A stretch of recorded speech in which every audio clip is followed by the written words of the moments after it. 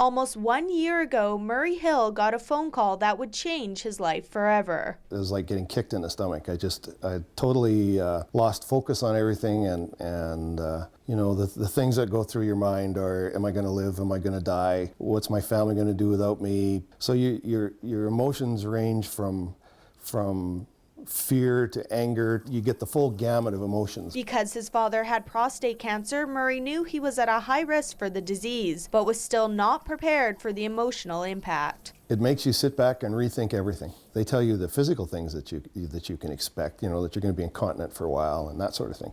But they don't tell you the emotional toll it takes. Wanting the cancer out of his body, Murray opted to get surgery. Now, 6 months after the operation, he says he couldn't have done it without his support system. It was a tough time for a while. Any diagnosis of cancer is, when somebody uses the C word, it is a very sobering thing. So throughout the whole process of the surgery, my wife and my son were amazing. They were there every step of the way, and their strength made it easy for me. You know, it really helped. If a guy tried to go through this alone, I think he'd have a very, very difficult time. There's a lot of information to digest, and it's just too much for one person to assimilate by themselves. You've got to have a partner or a friend or somebody that can walk you through it. The C word is an all too familiar term for Jordan Anderson, who lost both his grandfather and father from cancer at a young age. He looked at me and said, "They don't know what's wrong with me, but they promised me it's not cancer."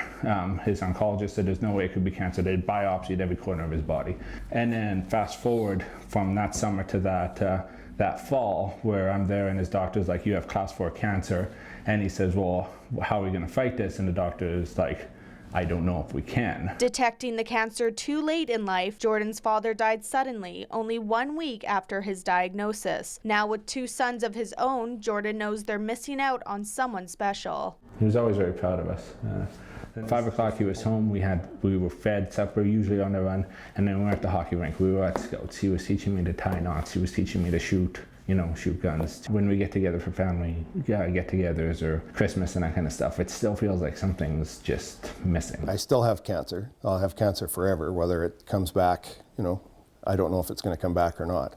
The most important thing is for guys to not worry about being 50 years old before they get their first rectal exam. You've got to go early and you got to keep going. And a lot of things that you hear about are guys who are afraid that it hurts. It doesn't hurt. I mean, it's a finger, for goodness sakes. It's not a big deal.